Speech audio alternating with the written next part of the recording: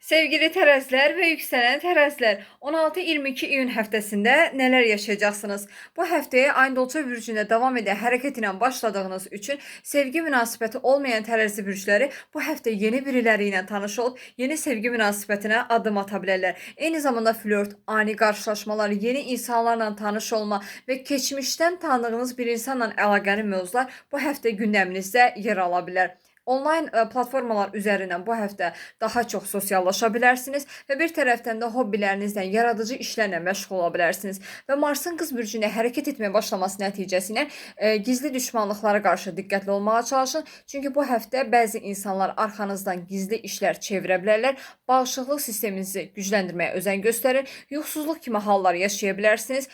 Sevgi münasibəti yaşayan tərəzi bürcləri isə bu həftə sevgi münasibətlərində biraz problemlər və gərginliklər yaşaya bilərlər. İçinizə bastırdığınız əsəbi duyğular bu həftə ortaya çıxa bilər və bir tərəfdən də karyera və iş həyatınızda bu həftə göz önündə olacaqsınız. İşsiz olan tərəzi bürclərinin qarşılarına bu həftə yeni iş fürsətləri çıxa bilər. İşləyən tərəzi bürcləri isə bu həftə karyera və iş həyatlarında təltif oluna bilərlər.